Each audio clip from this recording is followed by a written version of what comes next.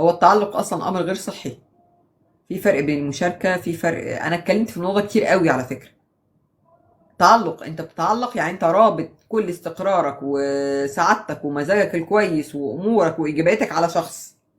يعني انت اسير في غير وجوده، انت تبقى تعبان، مضطرب، متوتر، قلقان. انا انا بحب ممكن بصراحه. ازود على حضرتك حاجه في موضوع التعلق ده. اكيد. يعني انا شرحته كتير بس احب اوعى اشرحه تنسى تاني كل ما للناس. يوسف.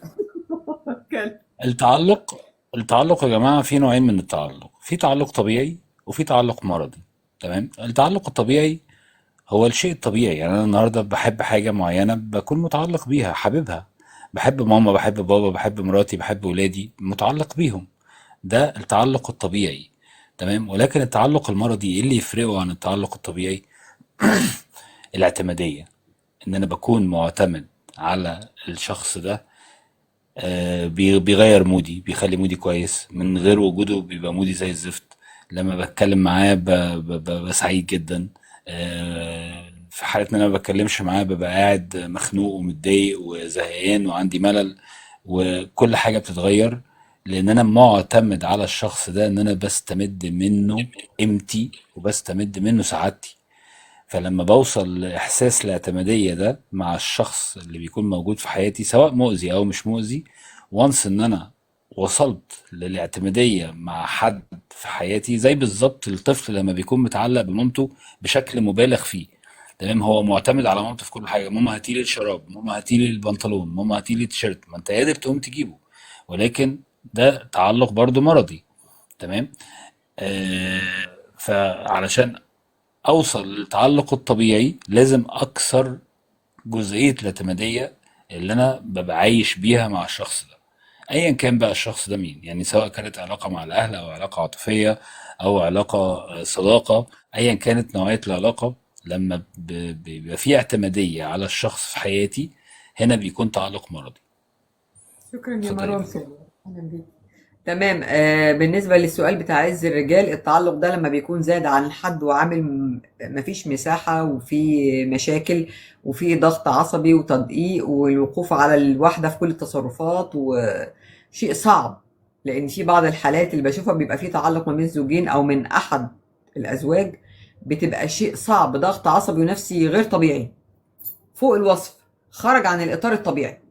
فده شيء اضطراب شديد، ده شيء اتحول لدرجة أو سلوك مرضي. إنما لما بيكون في الحدود والأمر الطبيعي مفيش مشكلة، زي ما الدكتور قال بالظبط. وأنا اتكلمت في موضوع التعلق ده كتير قوي جدا. يعني لما بيجي بعض المراهقين يقولوا أنا متعلق، وإزاي أنت مش متعلق يا حبيبي؟ أنت يا حبيبي طبيعي اللي أنت فيه، يبقى لسه مرتبط يومين، يقول لك أنا تعلقت. ال- الجديد او من الناس بتاخد المسمى او المعنى وتطبقه على نفسها وتقنع نفسها بيه، وتنسبه لنفسها ان هي عندها اضطراب. زي اللي يقول لك ايه، انا نرجسي، او انا مش عارفه مين نرجسي. انتوا يعني كل واحد عنده مشكله او عنده سلوك، مش يقول لك ده نرجسي، دي نرجسيه، دي كذا. ما ينفعش. يعني بتعممه، بياخد الكلام او يسمع فيديو او ريلز او حاجه، خلاص هو اقتنع، طبق بقى منه لنفسه فجاه كده. فدي بتبقى مشكله كبيره جدا. دي الله مشكلة يخليك. كبيرة جدا برضو. انا واجهتها مع بعض الحالات، ان في حالات النهاردة بتتعالج عن طريق الشات جي بي تي. تمام. دي مصيبه، كنت بتكلم في الموضوع ده في دي اول. مصيبة كبيرة جدا، مصيبه. لأن الشات جي بي تي عمره ما هيعرف يوصل لطبيعة شخصيتك بنسبة 100%. هيديك حلول بناء على اللي انت قلته له. انت ممكن تكون متحفظ على حاجات ما قلتهاش، فبالتالي ده متبرمج. ده متبرمج، اللي بيخرج منك هو بيرد عليك بناء على اللي بتقوله له. فانت لو ما قلتش حاجات فهو كده عنده حتة ناقصة، فبالتالي هيديك حاجات ناقصة. ده مش فما بس انا ينفعش. عايزة، انا عايزه اطيب بس على كزود على كلام حضرتك. هو لا عارف تون المشاعر، الصوت اللي انت بتتكلم بيه، ولا الغرض من السؤال اللي وراه ايه، ولا طريقه افكارك، ولا لغه الجسد بتاعتك، ولا شعورك. هو بياخد الكلام زي ما هو بيديهولك. ده في كارثه بتحصل، كوارث بتحصل بره كمان. في ناس بتتعالج عن طريقه في الاخر، يا اما الاضطراب بيزيد، او يبقى عندها بعض الميول، مش عايزه اقولها الانتحاريه، بيديها طرق. واحد يقول لي مثلا، بيقول له انا قررت امشي خلاص، وبيقول مش عارفه اروح في جسر ايه وارمي، قال لي جاب له جميع الجسور الموجوده حواليه في المنطقه اللي هيروح اه يرمي نفسه اه فيها. ده غباء، لا يعني هو ده يعني ما هو ينفعش، بالظبط.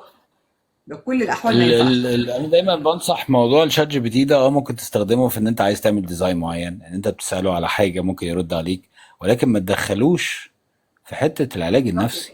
ما ينفعش انك تتعالج عن طريق شات جي بي تي خالص، ولا تكتسب معلوماتك عن طريق جوجل. والله والله يعني العظيم ما سالت ينفعش ان انت يعني امبارح اه بالوصف اه والنعم. اه اصل انا اتكلمت في الموضوع ده كتير برضو. انا بيجي انا لان بص في الاقي ناس واحد، كتير جدا بص بتخش تقرا، يعني مثلا زي موضوع النرجسيه. الموضوع النرجسيه طالع ترند الايام اللي فاتت دي كلها ولغايه النهارده.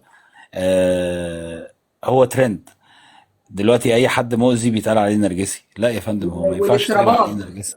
وبعد تمام. الاضطرابات بيبقى فخور قوي ان هو انت في عنده عندك اضطراب. في عندك الاضطرابات الشخصيه، عندك جدول باء. جدول باء ده من اخطر الاضطرابات الشخصيه على مستوى العالم كله. تمام.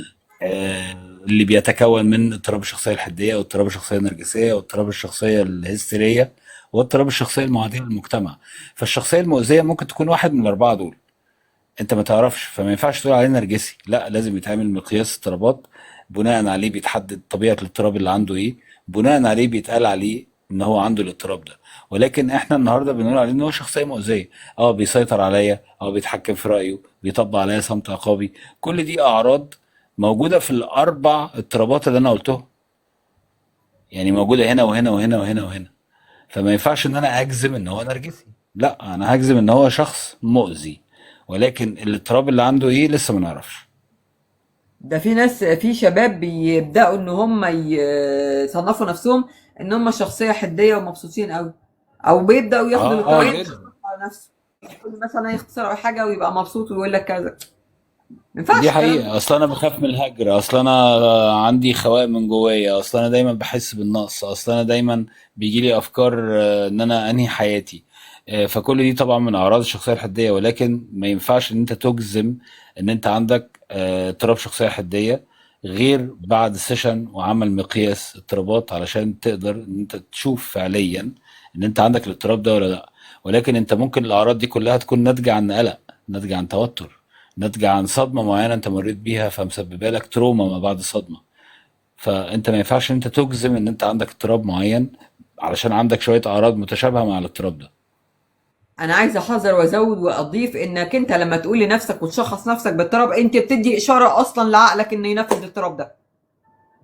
دي حقيقة. دي حقيقة يعني خلاص انت بتعيش في الحالة دي. بتدي اشاره للعقل انه ممكن ينفذ الاضطرابات او اعراضها، زي لما وبيعيش في تيجي الحالة، بيعيش في الحالة. خلاص انا عندي نفس الاعراض دي، فخلاص انا عارف ان انا كذا، فهفضل عايش جسمك في الحالة هينفذها، دي. جسمك هينفذها. هقول على حاجه، يعني ده قياسا ببعض الحوادث الشهيره، انك انت ممكن تقنع حد ان هو اكل طعام مسموم، هو مش مسموم، لكن جسمه هينفذ وهيعدي اعراض التسمم وهيعيشها وينفذها.